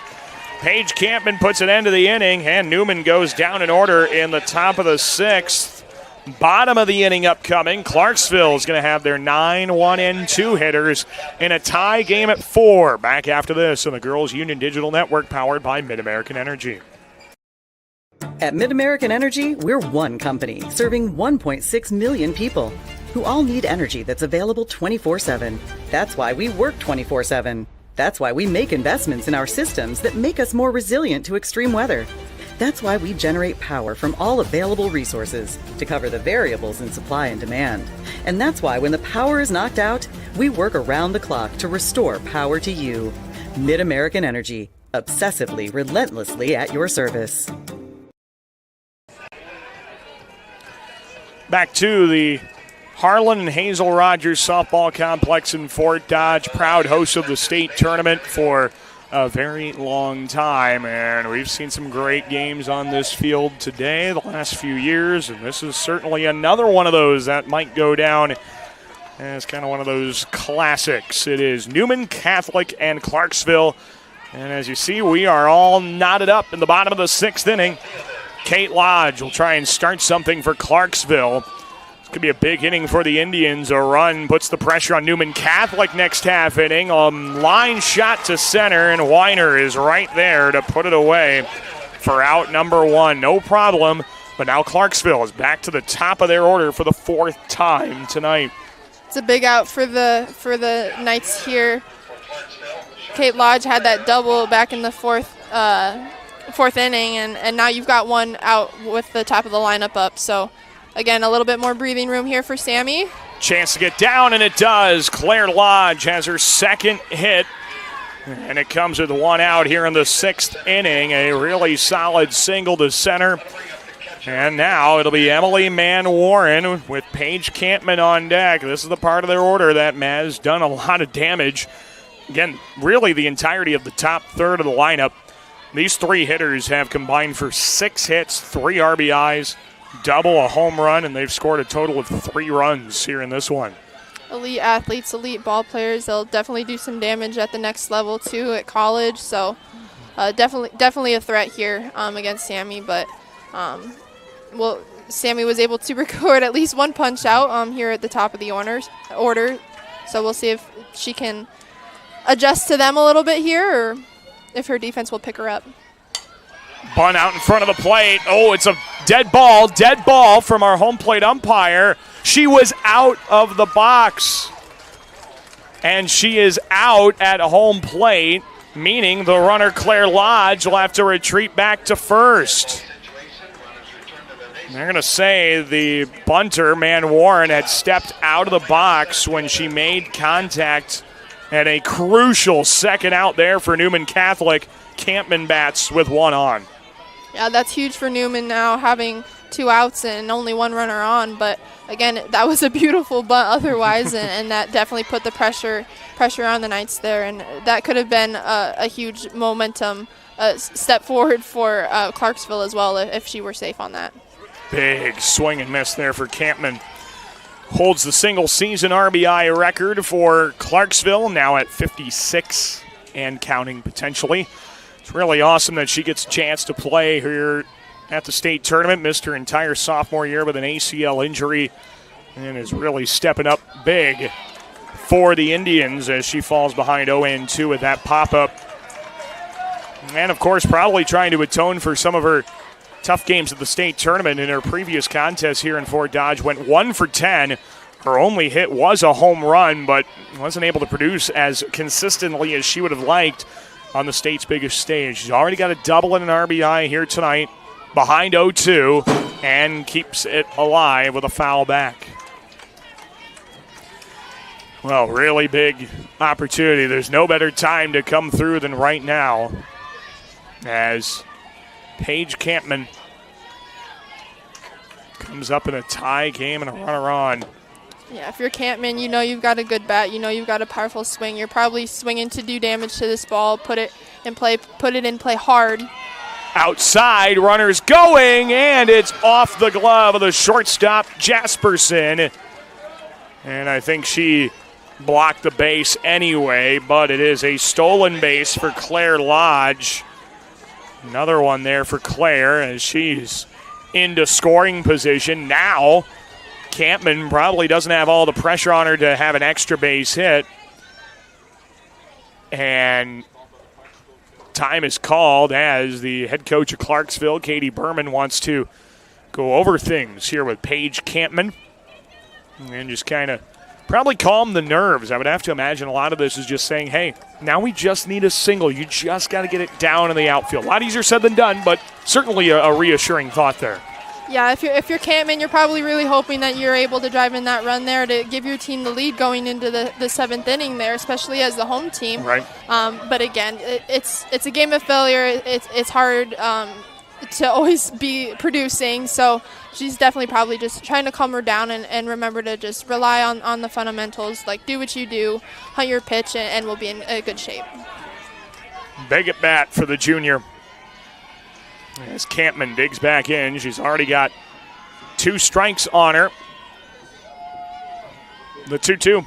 Swing and a miss, and Krukenberg punches out the dangerous Campman for the second time tonight. And this ball game goes into its final frame of regulation, tied at 4. For Newman Catholic, Bliley, Krukenberg, Jasperson, 2, 3, and 4. Get another chance against Sydney Lovren. Tie game, 7th inning next on the Girls Union Network, powered by Mid-American Energy. The Iowa Farm Bureau is proud to present the state softball tournament and celebrate the accomplishments of Iowa's student athletes. To the Iowa Farm Bureau, this is more than just a sport. It's hometown pride, it's hopes and dreams, it's our future leaders. It's a reason to do more and be more. And it's that farm-strong spirit that can only be found in Iowa. Congratulations to the student athletes and coaches on an outstanding softball season. And remember, today's successes are just the beginning of tomorrow's achievements. Now it's do or die time, 7th inning, single elimination out of the winner's bracket anyway, and Ava Hanig flew out to end the 6th, so she sets up Brooke Bliley to lead things off for Newman Catholic in the 7th. Worth noting, the Knights did go down in order in inning number 6.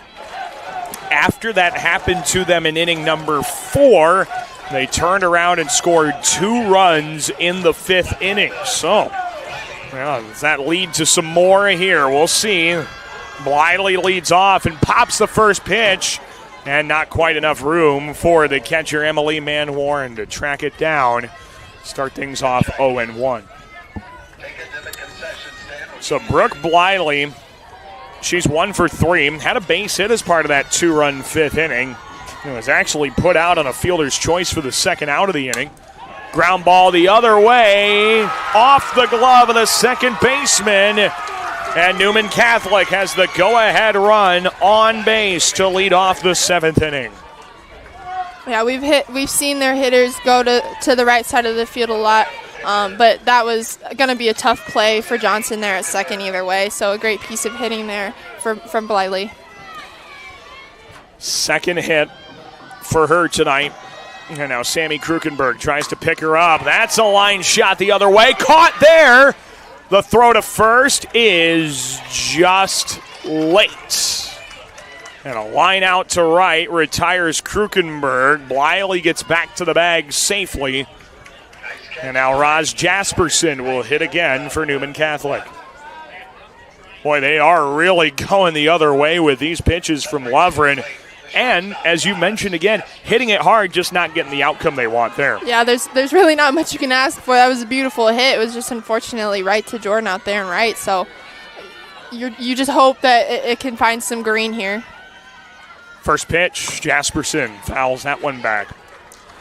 Roz Jasperson's had a really nice game, 2 for 2 with an RBI. She drove in that run with a sac fly in inning number 1. And 2 hits since that plate appearance with the sac fly. 0-1 count. Here's the pitch. It's way upstairs. So it is Bliley at first. I'm looking at her numbers anyway as far as speed, just 4 stolen bases in 5 tries. Be a really tough call to try and send her here. But if you get desperate enough, you might think, hey, we got to try and create something. Let's see if we can get into scoring position. Well, and with as much outside pitches, too, as Lovren has started throwing, I think she saw how the Knights were adjusting to that low inside pitch, but she started throwing more outside, and we've seen the Knights have been able to barrel some up there, and if one gets past that right fielder, it could potentially score all the way from first base. So you've got to be careful with that, take note of that, but she gets the punch out there to get to 2 outs now. That's the first strikeout for a Newman Catholic hitter tonight, as Lovren retires the second out of the inning as Leah Brown digs in. She's had a great day as well. She's been on base 3 times, walk, single, double. She's driven in 2 of the 4 night runs. Line drive right field, caught by the second baseman Johnson, and the inning ends. Clarksville with a chance to walk it off, and at 4, 5, and 6, a run away from a spot in the semifinals tomorrow night. We'll have the bottom of the 7th next on the Girls Union Network, powered by Mid-American Energy. The Iowa Farm Bureau is proud to present the state softball tournament and celebrate the accomplishments of Iowa's student athletes. To the Iowa Farm Bureau, this is more than just a sport. It's hometown pride, it's hopes and dreams, it's our future leaders. It's a reason to do more and be more. And it's that farm-strong spirit that can only be found in Iowa. Congratulations to the student athletes and coaches on an outstanding softball season. And remember, today's successes are just the beginning of tomorrow's achievements. Well, here we go to the bottom of inning number 7, Newman Catholic in Clarksville. This is the Girls Union State Softball Tournament presented by the Iowa Farm Bureau. Alongside Addie Wells, Daniel Versteg with you. Happy to be wrapping up day number 2 with you on the Girls Union Digital Network, powered by Mid-American Energy. Well, runs all Clarksville needs. A lot easier said than done, but they got a good part of the order to do it. 4, 5, and 6 have gotten on base consistently.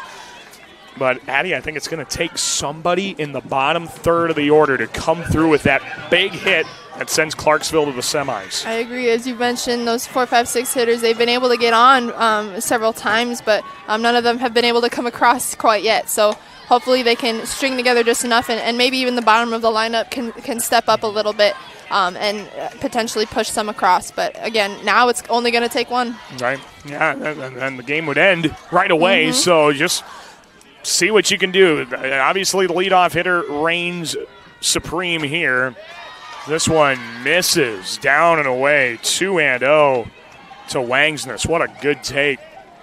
Very close, competitive pitch. Well, Wangsness is 2 for 3. 2 O's upstairs. Unfortunately for her, as you alluded to, Addie, it's been tough for her to score. She's actually been put out on the bases both times she's reached. One at third on that little blooping fly ball, and one at second on a fielder's choice. This one comes across the heart of the plate. It's 3-1. Yeah, it's hard when you really don't have any control in those situations with the fielder's choice plays. But again, she's doing her part. She's getting herself on base, putting pressure on the defense, and that's all you can do. Line out to third. Great catch, Ava Hanig records out number 1, and a crucial first out as the leadoff hitter is retired here in the bottom of the 7th inning. And it'll be Sydney Lovren to try and get aboard for Newman Catholic. 1 for 3. She had that base hit in inning number 5, but that was an inning in which Clarksville started with the first 2 base runners getting on hits, and they were not able to score as Krukenberg starts with a pitch down and in. You know, Clarksville hasn't been able to push runs across since the 2nd inning, but they have been able to get hits in every single inning. So, you know, they've established their dominance in that part. Fly ball right at the right fielder. Taylor Brown puts it away, and a quick couple of outs to open the 7th. And this might be a rarity, as you talked about, Addie. A lot of base runners for Clarksville the last few innings. They haven't gone down in order yet tonight. Wouldn't be a bad time for Krukenberg to do that here in the 7th. Absolutely, and Krukenberg, who again only Yes, only usually allows 7 hits per game, has already given up 11, so she'd love to see them go down 1, 2, 3. Jenny Johnson tries to chase the riser out of the zone and starts things off 0-1. Well, extra innings might be a possibility here in this 1A quarterfinal. Newman Catholic and Clarksville. Counts even on that pitch down and in. You got Jenny Johnson at the plate here for the Indians, as she tries to keep the inning afloat for this Clarksville team. Swing and a miss, 1-2. Haven't really seen it, unfortunately, tonight, but Coach Berman talked about that this has been Jenny's year. She's improved incredibly offensively and defensively, and from her junior to senior year, taking a big step. Take another big one here as a pop-up goes out of play and foul. We'll do it again. 358 hitter has been Johnson. She's 3 for 8 in regional play, 0 for 3 tonight, but has reached twice on fielders' choices. Big pitch here, Krukenberg with the 1-2. And it's fought off again by Johnson. She stays alive. Very crucial at bat. Boy, I can feel the tension here, and I don't have a dog in the fight. This is a heck of a ball game, and one that has certainly come down to the wire here at the state tournament. Yeah, either team could definitely come out on top, and either team would be deserving of it. Fly ball to left, and we'll go to the 8th. Blithely puts it away. Extra innings have been dialed up here in Class 1A. And for Newman Catholic, they'll hit the 6, 7, and 8 batters to start the 8th inning. Coming up next on the Girls Union Network, powered by Mid-American Energy. At Mid-American Energy, we're one company serving 1.6 million people who all need energy that's available 24/7. That's why we work 24/7. That's why we make investments in our systems that make us more resilient to extreme weather. That's why we generate power from all available resources to cover the variables in supply and demand. And that's why when the power is knocked out, we work around the clock to restore power to you. Mid-American Energy, obsessively, relentlessly at your service. Well, extra innings on the last game of the day here on this field on the Girls Union Digital Network, powered by Mid-American Energy. We go to the top of the 8th inning in a tie game at 4. It'll be Tess Weiner trying to get something started for Newman Catholic. She is 1 for 3 with an RBI tonight. This will be 6, 7, and 8 in the Newman Catholic order. Clarksville will have 7, 8, and 9 in their half of the 8th inning. So here we go. Who's going to blink first as Lovren misses down to open the 8th inning of play. And this is certainly where the small ball will be in effect. The infielders start creeping in as Weiner, just looking to get aboard anyway, showed bunt, shows it again. That is a beauty, but a great recovery by the catcher, Man Warren. And Weiner is out number 1. Yeah, I think that's great strategy from the Knights. Again, we talked a little bit earlier, like they started barreling up the ball, but it was right to the defenders. So you got to switch it up here, and I think it was the right idea to go to that bunt. It was a beautiful attempt. It was just an even better play by Emily Man Warren back there. She got out of that crouch so quick and was able to really make a nice throw to first base. Big first out. Play. Yeah, bang play. Line shot, that gets down, and a base hit past the center fielder. Brown to second, and Newman Catholic has the go-ahead run in scoring position with 1 out in extra innings. So this is exactly what the Knights wanted. They get a base runner into scoring position. And we're going to get a pinch runner here again. Devin Heeman is going to run for Newman Catholic in an IMT insurance substitution. This is a big spot. You've got a couple of hitters who have had a tough night. Maisie Marquis is 0 for 3. Kinsey Anderegg is 0 for 3. facing a Clarksville team that's now probably going over some strategy. Okay, I assume a lot of the discussion is, hey, if the ball's bunted here or there, how do we want to play it defensively? Yeah, with one out, probably your best bet is just to potentially get the out at first. Even if that runner advances to third, you've got 2 outs. A simple ground ball, a simple fly ball can get you out of the inning and right back up offensively. So, again, you've got to keep it simple here. You've got to rely on your training here and trust that you're able to perform under pressure. Some discussion currently happening up the third base line. And I'm not sure exactly what this discussion's about. It's Katie Berman, the head coach of Clarksville, as she came out of the dugout, and I think she's got to replace Sydney Lovren. That seems to be the way things are being discussed. Now the umpires are going to have a chat over there.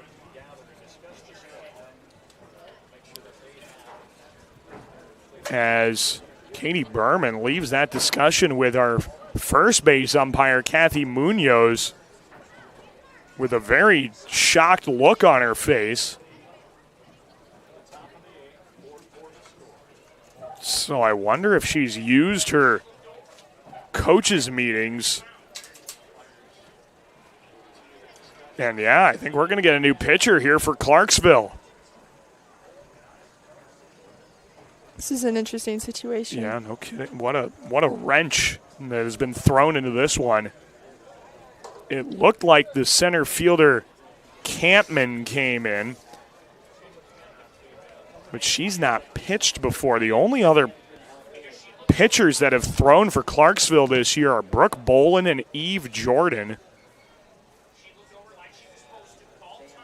And it seems like the players are returning to their positions, though, and the umpires have. And the home plate umpire, Marty Pump, keeps telling Coach Berman that she's got to go back to the circle and do something. And I guess she does have to make a pitching change. And there you see the chat happening in the circle. And a very big time for something like this to happen. 8th inning, go-ahead run at second. And it's Eve Jordan coming in from right field to pitch. So, in a very shocking turn of events, Sydney Lovren will leave the circle. And maybe she'll go out to play right field here. Yes, she will. So, a change defensively. Lovren will play right. Eve Jordan, an 8th grader who has not pitched since the 3rd of July against IGHSAU about 3 weeks ago, will come out to pitch here for Clarksville in the top of the 8th inning. Boy, what a development here. So we've got multiple IMT insurance substitutions. We'll mention that. You can learn how you can be worry-free with IMT at IMTINS.com. Boy, you got an 8th grader being thrown into the fire here for Clarksville in a very tough situation for the Indians. And now the best you can hope for is that she, calms down, settles in, and picks up a couple of huge outs. Yeah, if you're Clarksville, you're definitely hoping that maybe this pitching change will throw off the Knights and they won't be able to barrel anything up. But if you're the Knights, you're like, okay, Lovren's been dealing all night. We haven't been able to push any more across. Let's take advantage of this new pitcher and see if we can push that runner in scoring position across and then get 3 outs and call a game. Boy, this is massive here. So Eve Jordan, who's 1-0 on the season in 16 innings of work, misses the first pitch upstairs, and now after one pitch, they're going to make that switch. And it looks like they are going to switch it back. Okay, so I wasn't sure if she would have to face an entire batter, or just throw one pitch. Yeah, just one pitch was all that she needed to throw. But it's probably smart that she threw it out of the zone there, too, right. and not allowing Marquise to get a good barrel on that. All right, but now so Lovren will have to settle right back in after this abrupt turn of events. yeah, is she going to have to get any warm-up pitches again? That'd be the next thing. She only had to sit out for one. And Eve Jordan will go back to right field. So, yeah, just one pitch. And Lovren will go back to work. Yeah, no warm-up pitches needed. She's ready to go again. Well, no warm-up pitches allowed either. Right. So here we go. 1-0 to Marquis, and it's down and in. So 2-0. And obviously Jordan doesn't get to finish this batter, but now Lovren's going to pick up where she left off with one pitch. And you have that kind of like throw off of a rhythm potentially that could impact her here. And you just gave up a double, too, to get a runner in scoring position. So hopefully maybe that helped her reset and trust that she can establish herself in the circle here and get Clarksville back to the bats. But we'll see. 2-1 pitch. Just down and in. 3-1. Hitters count for Marquis. She could use one here. She's over 3. All 3 have been ground outs. He's trying to be productive with an out if he have to. 3-1 is ball 4. Newman Catholic, 2 on, 1 out here in the 8th inning of play. It'll be Kinsey Anderegg. She'll hit next. And now time called by the head coach of Newman Catholic, Jim Krukenberg, wanting to go over things with Anderegg, who, as we mentioned earlier, is over 3. Boy, these games just have all kinds of energy, all kinds of drama. This state tournament has been wild so far, and we've only just now are finishing the quarterfinal round. Still some great semis tomorrow, championships Thursday and Friday. First pitch, what a pick by the catcher, Man Warren. That almost burned the pinch runner out there. But she was able to get back to the base after seeing that Man Warren was able to snag that. Oh, my goodness, what a pick. 1-0. That's in there at the knees. It's 1-1. The biggest thing here for Lovren is pick up at least 1 out. You don't want to put the bottom of the order up on base in this spot. Just a bit inside. She's gotten some help from her catcher in defense already. And now needs to come through, get a big out. 2-1. It's down and in. And another hitter's count here as Anderegg tries to load the bases up for Newman. Crowd is fired up. There is strike called at the top of the zone. Count is full. Boy, what a big at bat. Season is weighing heavily. Payoff pitch. Little pop up. Oh, and it drops foul.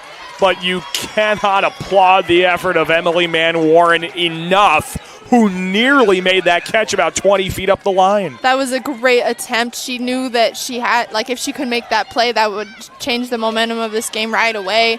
She laid out for it full extension. It was just, couldn't quite reach it. Another 3-2. Ground ball, diving, stop it short, and that might have saved a run. It's a base hit. The bases are loaded, but Lodge, keeping the ball on the infield, keeps a run off the board. Yeah, that was a great stop. I do think it saved a run there. If that would have gone past, I'm sure she would have been sent. And I'm sure Clarksville is frustrated they weren't able to get out of that play. But again, you've got to applaud the efforts of Lodge there at short. Infield in. There's a force at home. And it's the top of the order, Ava Hanig. Fly ball. That's deep enough. Caught by the center fielder, Campman. Oh, Heeman didn't tag. No tag at third, and a run does not score. I think there was some miscommunication at third. It looked like Heeman came off the bag just before the catch was made, and so she had to go back and tag, but by then the throw was already coming in and it was too late. So there's some miscommunication, a poor read there, but definitely frustration from the Knights there. Bliley bouncing ball to short, and she tags the runner.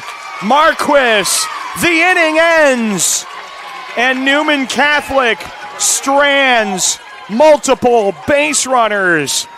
Clarksville, after a wild top of the 8th inning, will bat 7, 8, 9, needing a run to win it. Stick around for more on the Girls Union Network, powered by Mid-American Energy.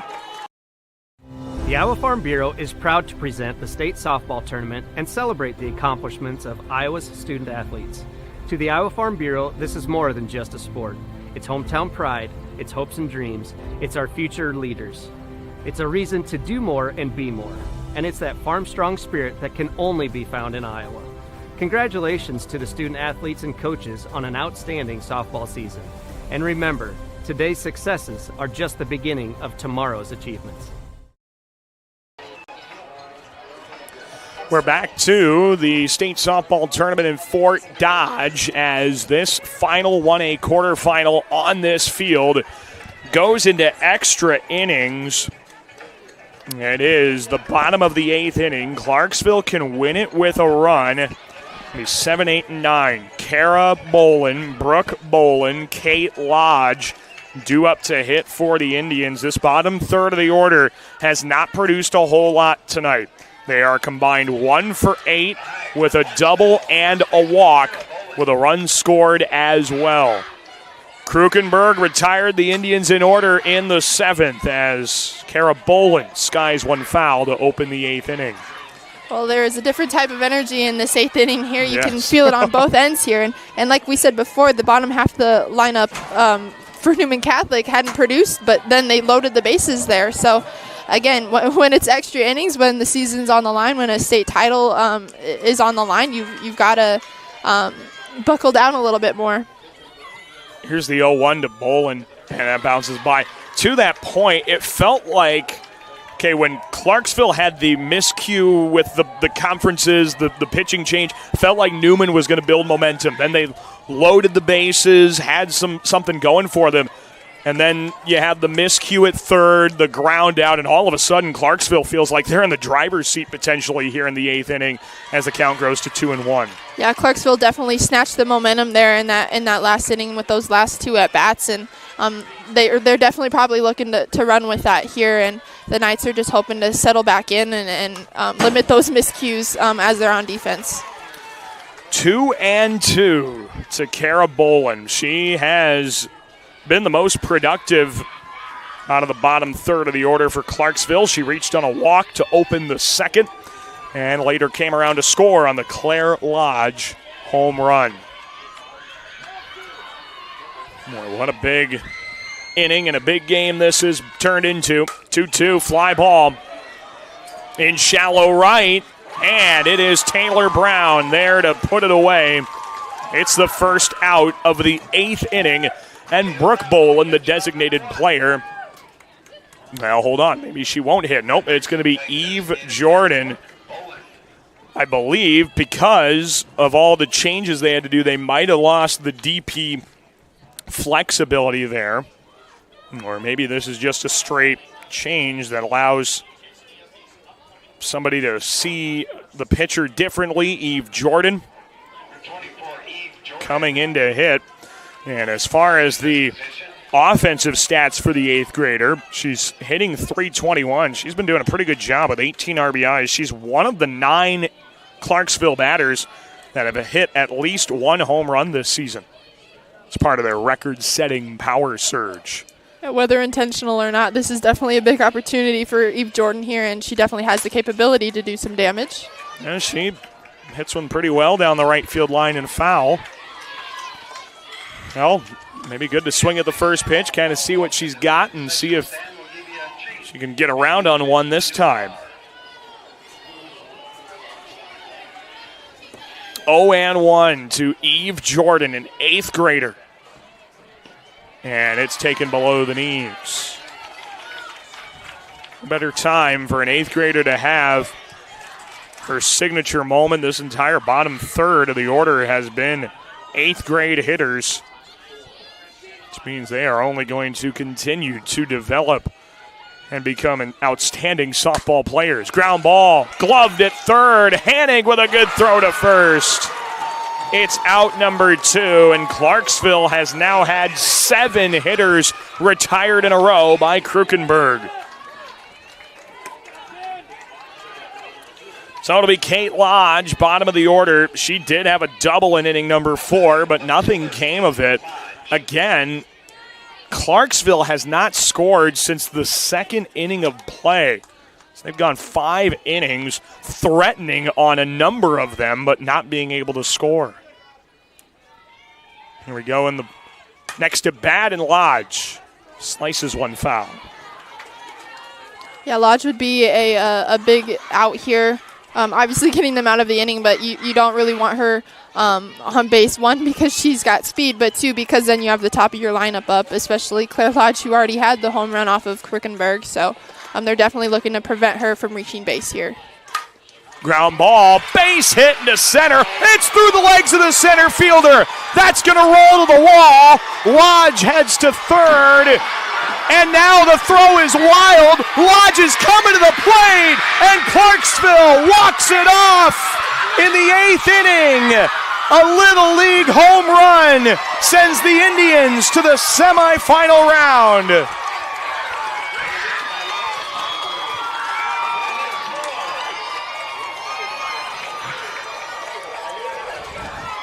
We got to take another look at this one. The center fielder slipped when trying to throw it to the infield. That allowed Kate Lodge to come around and score. Kate never stopped running, and she's rewarded with the game-winning run. And Weiner's still down out there in center field. Not sure if it's an injury. We saw her topple down, and that's ultimately what allowed Lodge to come around and score that winning walk-off. I hope she's okay out there. And what a tough scene that is. That would really put a damper on the ending of this game. Yeah, Tess Weiner still being attended to, and again, why the Iowa girl is unrivaled of any other athlete. Clarksville just won the biggest game of their season, and they're on a knee to pay respects to Tess Weiner, who has helped onto her feet and will be aided off the field in center.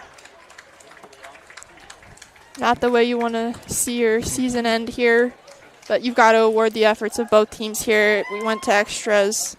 Both teams were offensively tough to play against, and both pitchers were dealing as best they could. Clarksville moves on, and again, their celebration has been dampered just a bit. Tess Weiner applaud the effort there in center. So many things probably going through her mind as she is helped off the field by the Newman Catholic coaching staff. Now knowing that she got injured on the play, it makes her effort to get the ball into the infield that much more remarkable, because she still threw it almost all the way to the third base foul line. Well, when she fell, she tossed it up to her right fielder who came in and knew that she had to get that in as quickly. So her situational awareness was on point. She just unfortunately had a tough break and wasn't able to finish the play. Oh, heartbreaking end of the season for Newman Catholic as the Knights gave it their all in 8 innings. But down to the final out of the 8th, Clarksville is able to put a run on the board. And a couple of extra long handshakes and hugs over there to the center fielder, Tess Weiner, as Clarksville makes sure to pay their respects over there as well. But it is Clarksville moving on in 8 innings. They'll move on in the bracket and secure a spot in tomorrow night's semifinal round. What a ball game. It comes to an end in dramatic fashion. And the Clarksville Indians, a 5-4 winner over Newman Catholic tonight here at the state tournament. And Now Clarksville will set up a date with more than likely St. Edmund, who has not quite completed the victory over Wapsie Valley, but has a big lead over the Warriors there. And Clarksville and St. Edmund would make for a heck of a semifinal coming up tomorrow night. There's going to be so many great games, though, here coming up all day tomorrow. So many, definitely. You've got to keep tuning in. We've already had 2 great days of softball. We've, again, seen literally everything you could possibly see in a softball game.